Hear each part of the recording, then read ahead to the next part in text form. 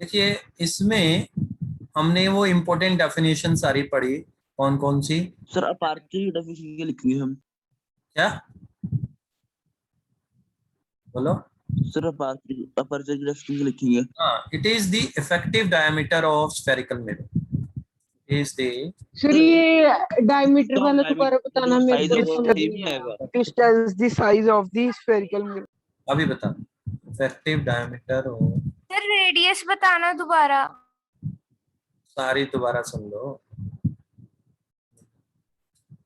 ये अपर्चर की definition. Aperture किसका आइडिया देता है?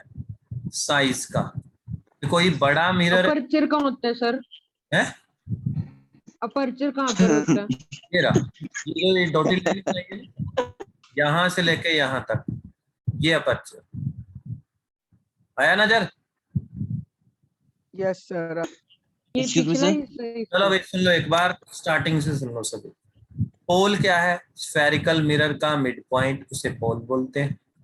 ठीक है।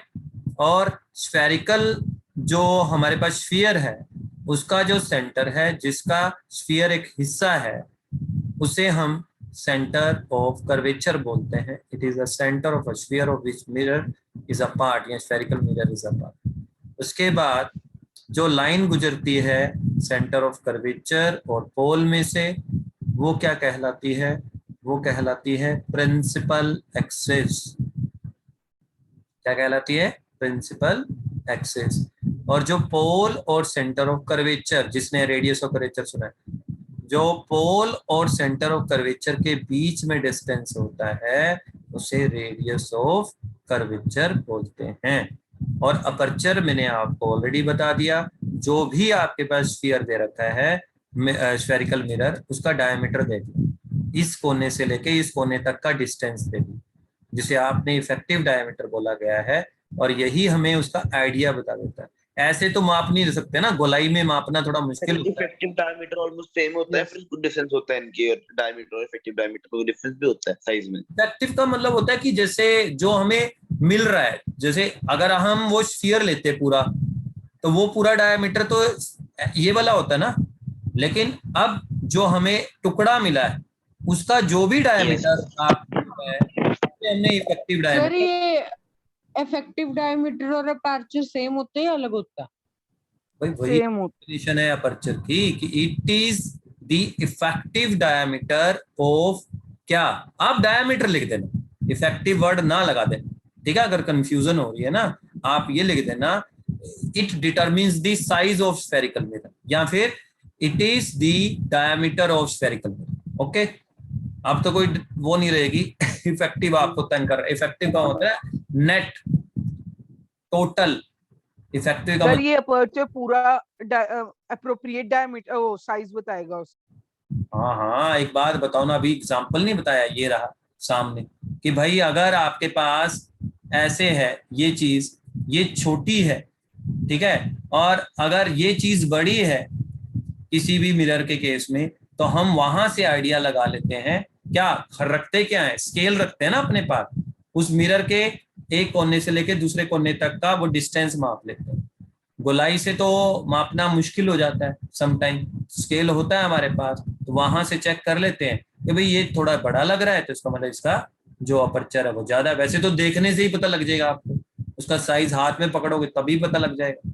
ये तो वैसे आइडिया बताया गया कि अपर्चर हमें आइडिया देता है, और ये आपको आगे हायर क्लासेस में पढ़ना पड़ता है, जब हम क्या बनाते हैं, उससे टेलीस्कोप्स तैयार करते हैं।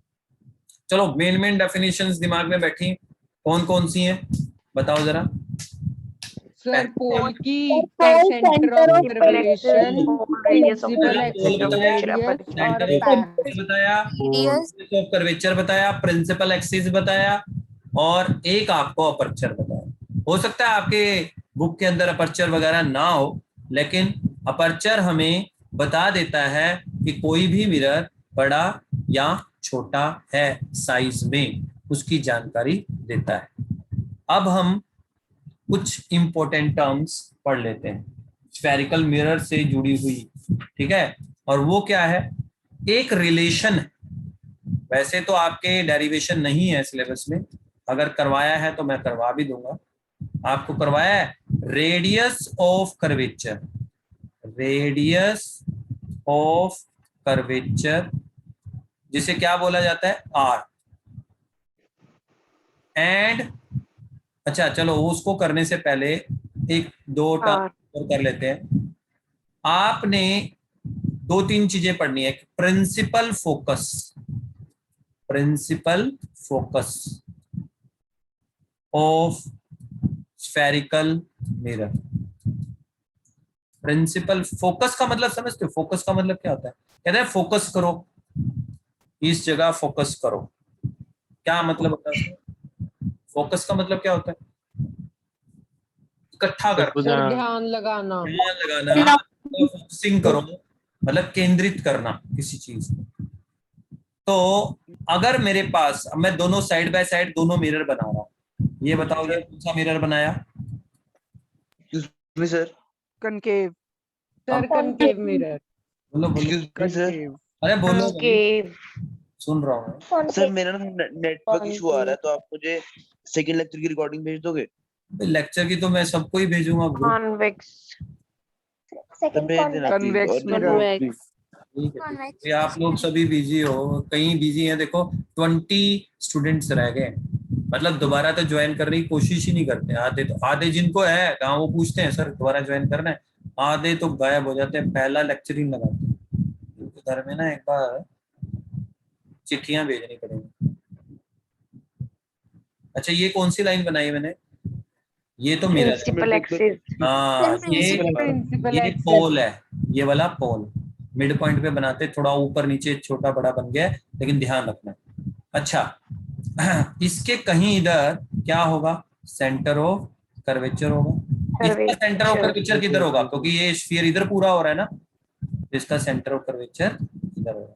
ठीक है, ये क्लियर हो गया पॉइंट? दोनों तरफ डायग्राम देखते जाना। अब देखो सिर्फ वो रेज जो पैरेलल आ रही है प्रिंसिपल एक्सिस, देखो रेज तो ऐसे भी आ सकती हैं, ऐसे भी आ सकती हैं, लेकिन मैंने शर्त रख दी वो रेज जो पैरेलल आ रही है प्रिंसिपल एक्सिस, जो रेज क्या आ रही है? पैरेलल। पैरेलल समझ रहे हो ना? Yes sir. ये रेज कौन सी हैं जो पैरेलल आ रही है? सेम हियर, यहाँ पे ये वो रेज की बात कर रहे हैं जो रेज क्या आ रही है? पैरेलल। इसके? प्रिंसिपल एक्सिस के। तो देखो दोनों में रिफ्लेक्शन होगी, ये भी रिफ्लेक्ट करेगा, ये भी रिफ्लेक्ट करेगा, लेकिन इसमें रिफ्लेक्शन ऐसे होती है कि ये आफ्टर रिफ्लेक्शन सभी की सभी रेज एक पॉइंट पे हमें असल में यानी कि रियलिटी में मिलती हैं। मतलब कोई एहसास नहीं होता, एक्चुअली मीटिंग होती है किसी पॉइंट, जहां पे ये वो रेज जो एक्चुअली मीट करती हैं आफ्टर रिफ्लेक्शन। कौन सी रेज? वो रेज जो पैरेलल आ रही है प्रिंसिपल एक्सिस के, उस पॉइंट को बोला जाता है प्रिंसिपल फोकस। यहां पे क्या है? यहां देखो ये इकट्ठा करता है, इसलिए इसको कन्वर्जिंग मिरर कहते हैं। क्या बोलते हैं? कन्वर्जिंग मिरर, क्योंकि ये इकट्ठा करता है। लेकिन ये क्या करता है? देखो ये ऐसे बिखेर देता है रेज, रिफ्लेक्शन के बाद ऐसे चली गई, लेकिन इधर तो नहीं मिलेंगी। अगर आप इन्हें बैक साइड पे मिलाओ तो ऐसा लगता है कि ये इस पॉइंट पे मिलेंगी या मिलती हुई प्रतीत होती, appears to meet at a point. इसको भी प्रिंसिपल फोकस ही बोला जाता है। फर्क सिर्फ इतना है, अगर हम इसे कॉमन डेफिनेशन में बदलना चाहें, अच्छा ये क्या कर रहा है? रेज को बिखेर रहा है ना, इसलिए इसको डाइवर्जिंग मिरर भी बोलते हैं। क्या बोलते हैं? Diverging mirror. कौन सा मिरर है जिसे डाइवर्जिंग बोलते हैं? कौन सा मिरर है जिसे डाइवर्जिंग बोलते हैं? कॉन्वेक्स। कौन सा मिरर है जिसे कन्वर्जिंग बोलते हैं? कॉन्केव। हाँ ये कई बार क्वेश्चन आ जाता है, इसलिए ध्यान रखना है। आप जरा डेफिनेशन समझ लो principal focus. It is a point. कौन से? ये पॉइंट कहाँ पे है? प्रिंसिपल एक्सिस पे है या कहीं और है? प्रिंसिपल एक्सिस पे ही है। हाँ, it is a point on the principal axis axis at which the rays which travel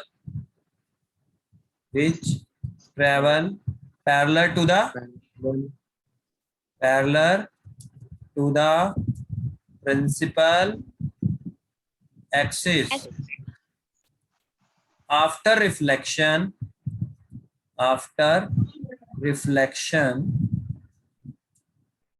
actually meet or appears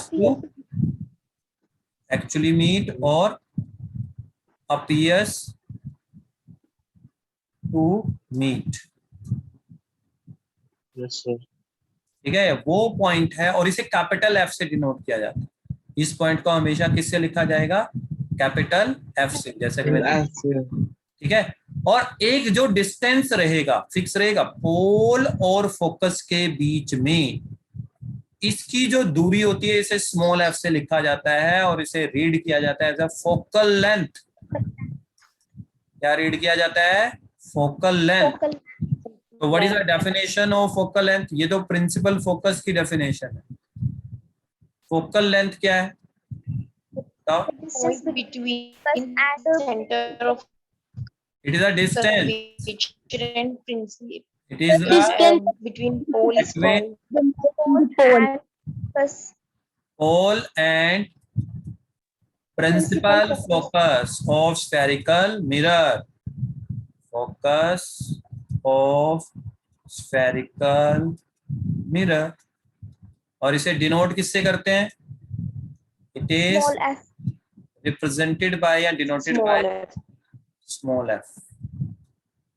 याद रहेगा ये सबको? ठीक है। yes sir. तो ये मैंने आपको आज किसके बारे में बताया है? That is about what? That is about किसके बारे में? स्फेरिकल मिरर, उसकी कुछ इंपॉर्टेंट डेफिनेशंस, और कल हम इसे आगे प्रोसीड करेंगे, कुछ मैथमेटिकल रिलेशंस करके न्यूमेरिकल्स करेंगे। कल मैं आपको कुछ न्यूमेरिकल्स कराऊंगा, कुछ इक्वेशंस बता के कि भाई इसके न्यूमेरिकल्स, और इसके याद रखना ऑप्टिक्स का जो न्यूमेरिकल्स होता है साइन कन्वेंशंस के ऊपर बेस्ड है। अगर आपने पॉजिटिव नेगेटिव साइन लगाते वक्त थोड़ी सी भी गलती कर दी, इसका न्यूमेरिकल कभी भी सही नहीं होगा, गलत हो जाएगा। तो इसलिए कल का लेक्चर बड़ा ही इंपॉर्टेंट लेक्चर रहेगा। लाइव भी देखो और साइड बाय साइड जो रिकॉर्डिंग आएगी उसको भी दोबारा देखो। क्लियर? समझ में आया? तो आज हम इतना रखते हैं। हाँ, इतना रखते हैं, कल हम आगे प्रोसीड करेंगे। Okay, thank you.